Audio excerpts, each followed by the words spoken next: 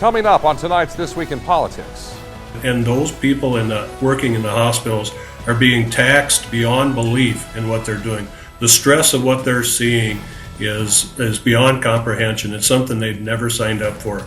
New COVID-19 cases continue to be reported. This last week, Monday through Friday, there were more than 4,500 new cases. This on a week where South Dakota's COVID-19 death toll surpassed 1,000.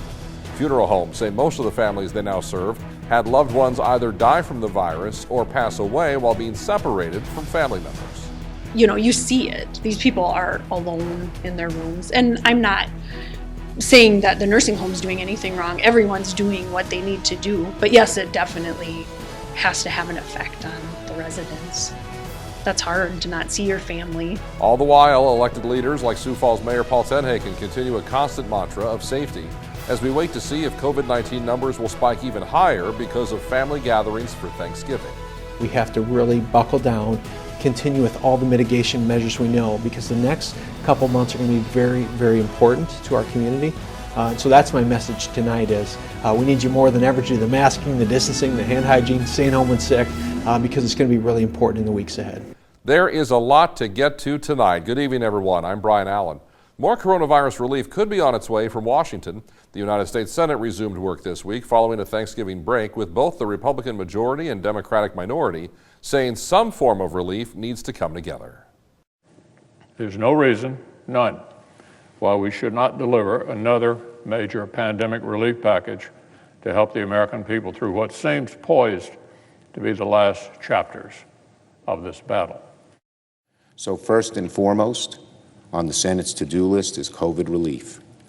Both sides should come together and negotiate a COVID relief bill in a bipartisan way that meets the needs of our businesses, our schools, our healthcare systems, our workers, our families.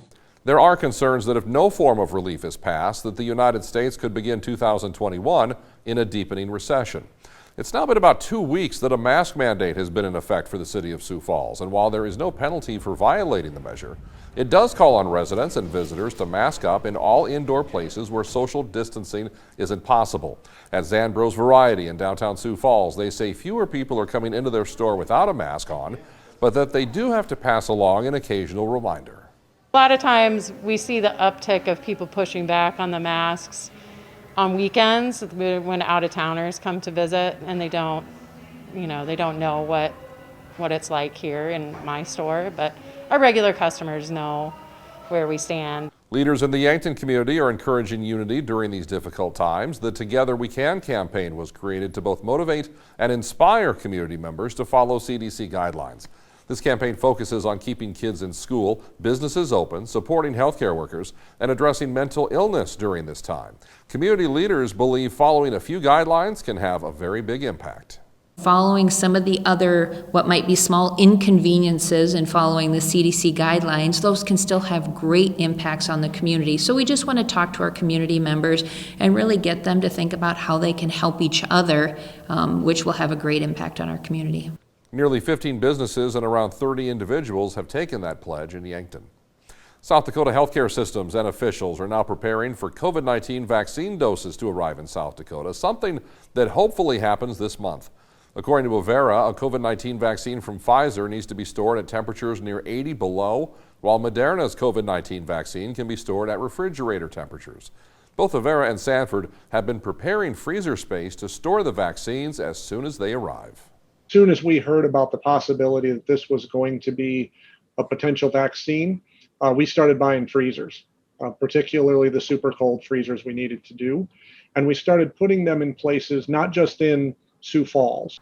Here's another wrinkle for all of this. COVID-19 vaccine doses could arrive in South Dakota as soon as this week, but none of it can be distributed until federal health authorities give their okay.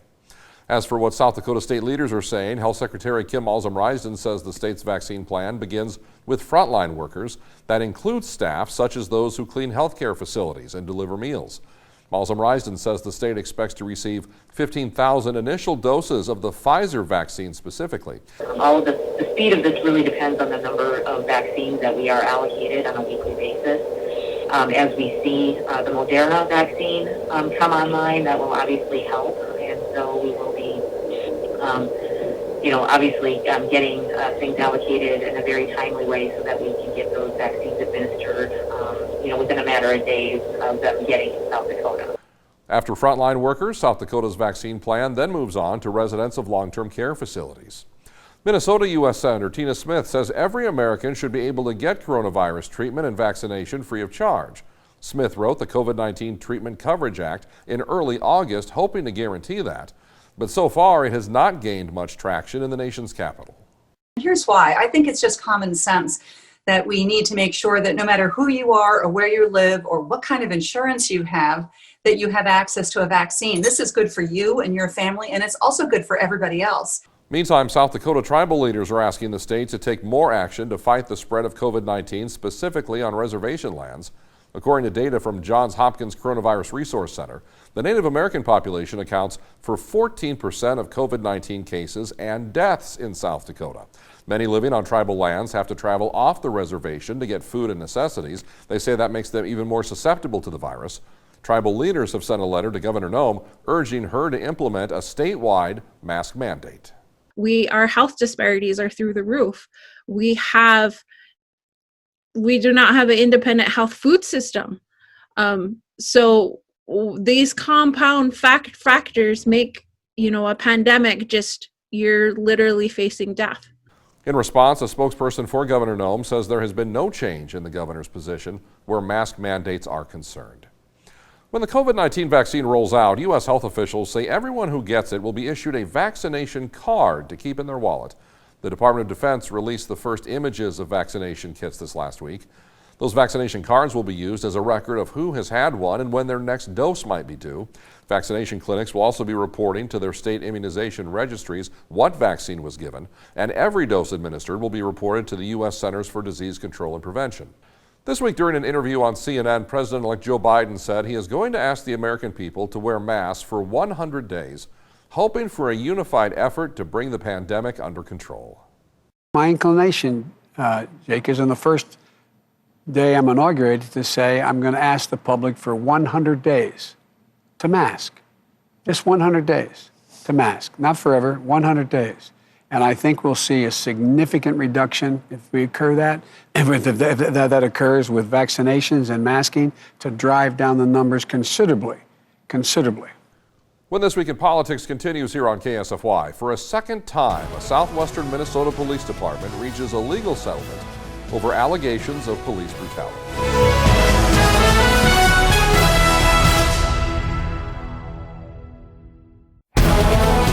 And welcome back to This Week in Politics here on KSFY.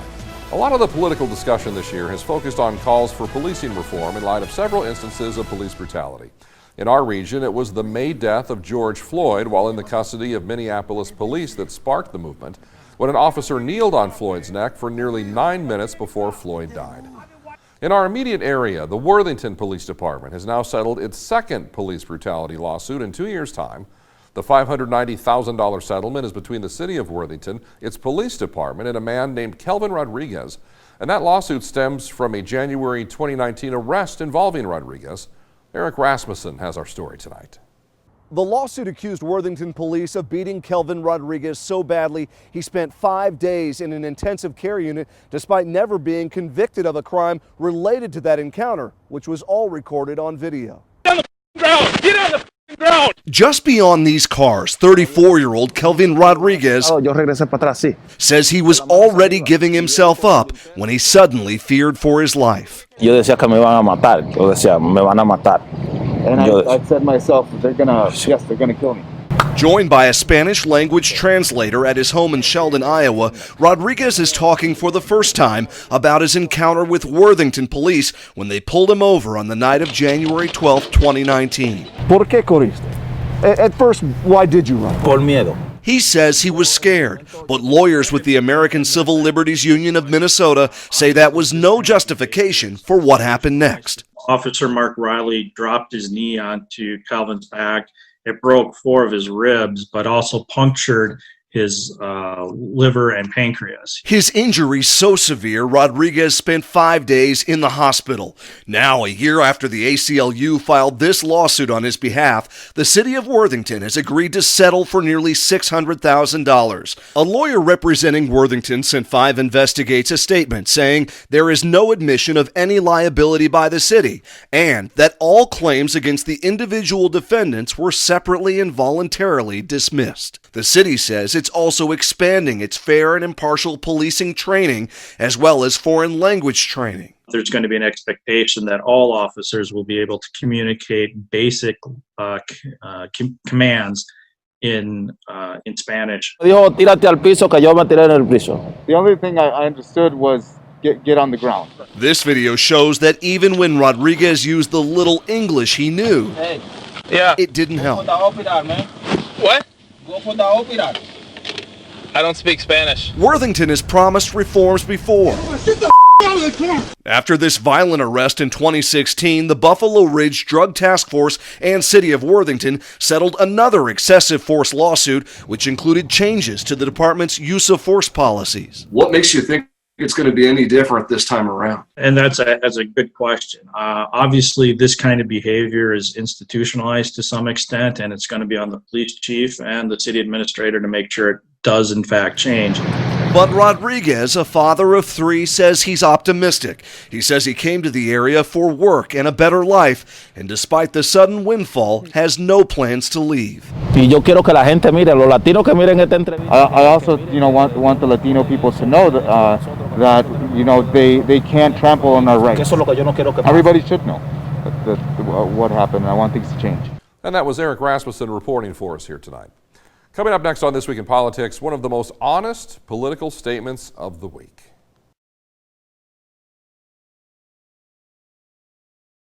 Welcome back to This Week in Politics here on KSFY. Do you know the name Brian Pallister?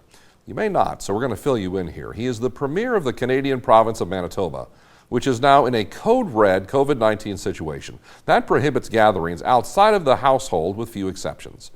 Facing sliding popularity numbers, Pallister this week again drew ire by telling Manitoba residents to not gather with extended family members for the Christmas holiday. His comments on that have now gone viral for the emotion he showed in announcing the move. We're going to leave you tonight with a little bit of what he had to say. I'm Brian Allen. Thank you for being with us on this Sunday night, and good night from Courthouse Square. You need to understand that we're all in this together. You cannot fail to understand this. Stay apart.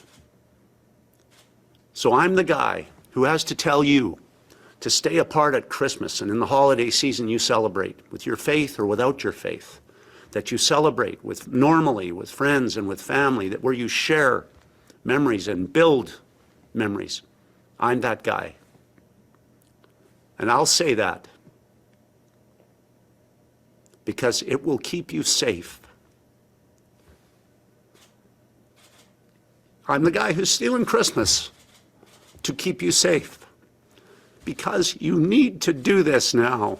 You need to do the right thing. You don't need to like me.